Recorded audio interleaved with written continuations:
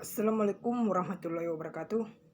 Perkenalkan, nama saya Muhammad Rama Pertama dengan NIM 230150011. Jurusan Penjaskes A angkatan 2020. Di sini saya akan menjelaskan sejarah perkembangan ilmu pengetahuan. Sejarah ilmu pengetahuan menurut Amsal Bakhtiar yang dibagi menjadi 4 periode dijelaskan sebagai berikut. Periode Yunani kuno. Yunani kuno adalah tempat bersejarah di mana sebuah bangsa memiliki perbedaan karena Yunani kuno sangat identik dengan filsafat yang merupakan induk dari ilmu pengetahuan. Periode Islam. Tidak terbantahkan bahwa Islam sesungguhnya adalah ajaran yang sangat cinta terhadap ilmu pengetahuan. Hal ini sudah terlihat dari pesan yang terkandung dalam Al-Quran yang diwahyukan pertama kali kepada Nabi Muhammad SAW, yaitu surat Al-Alaq, dengan diawali kata perintah yang berarti bacalah. Periode Yunani kuno ada sebagai berikut. Thales 545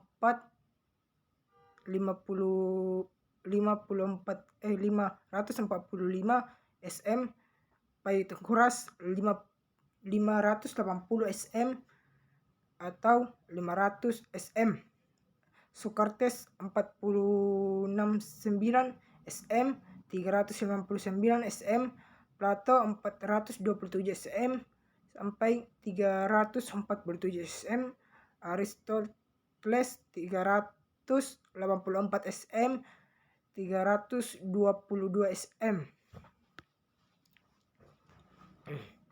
Periode Islam. Tidak terbantahkan bahwa Islam sesungguhnya adalah ajaran yang sangat cinta terhadap ilmu pengetahuan. Hal ini sudah terlihat dari pesan yang terkandung dalam Al-Quran yang diwahyukan pertama kali kepada Nabi Muhammad SAW, yaitu surat Al-Alaq dengan diawali kata perintah Iqra yang berarti bacalah. Menurut Harun Nasiton, keilmuan berkembang pada penggerakan ilmu. Hal ini dilihat dari semboyan yang berlaku bagi ilmu masa itu adalah asilah teknologi atas abdi agama, atau dengan kata lain kegiatan ilmiah tersebut disarankan untuk mendukung kebenaran agama.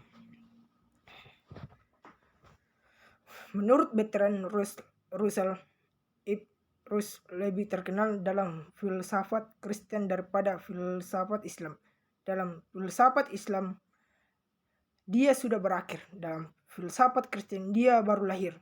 Pengaruhnya di Eropa sangat besar, bukan hanya terhadap para skolastik tetapi juga pada sebagian besar pemikir-pemikir bebas non-profesional yang menentang keabadian dan disebut averrosis. 3. Masa Renaissance dan modern. Renaissance adalah periode perkembangan peradaban yang terletak di ujung atau sesudah abad ke-8 sampai muncul abad modern. Renaissance merupakan era sejarah yang penuh dengan kemajuan dan perubahan yang mengandung arti bagi perkembangan ilmu.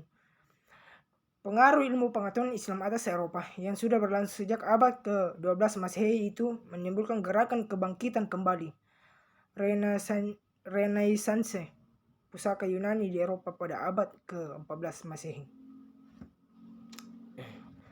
Periode kontemporer. Analisis protagonis. Analisis antagonis. Fisika yang paling terkenal pada abad ke-20 adalah Albert Einstein yang lahir pada tanggal 14 Maret 1879 dan meninggal pada tanggal 18 1955 umur 76 tahun. Karakteristik fisik.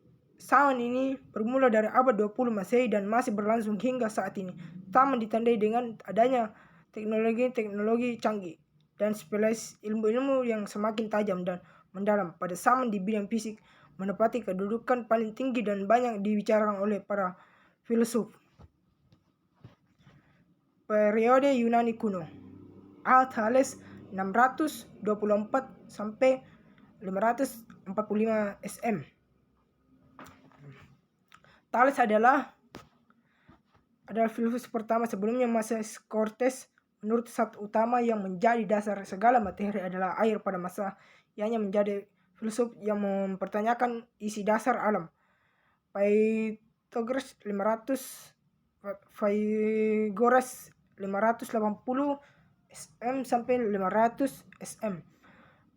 Pythagoras lahir di Samos, daerah Lani, tetapi kemudian berada di Kroton, Italia Selatan. Ia adalah seorang matematikawan dan filsuf Yunani yang paling dikenal melalui teorema dampak tema. Hal ini sangat berguna untuk menjangkau audiens yang lebih luas dibandingkan acara satu kali. Socrates 469 cm sampai 399 cm.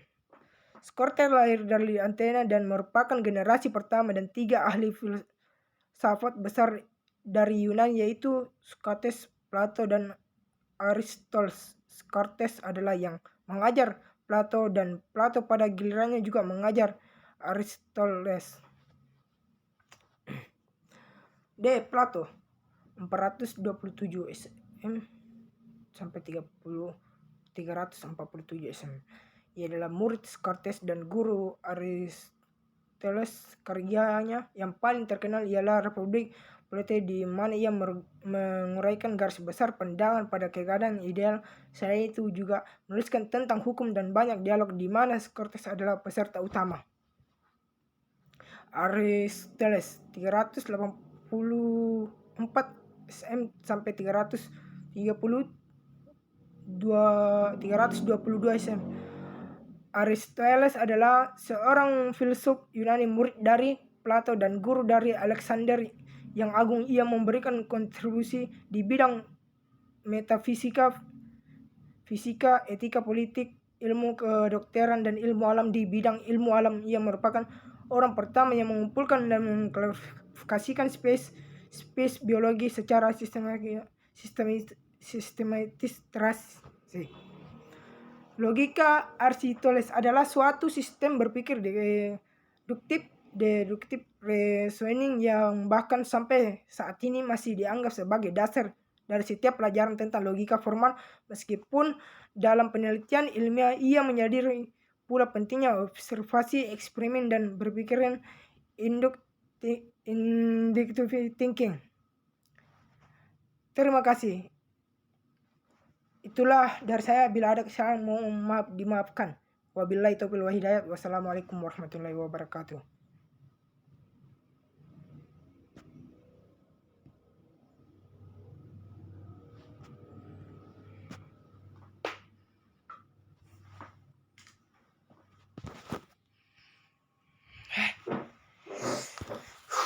Jadi panasnya kalau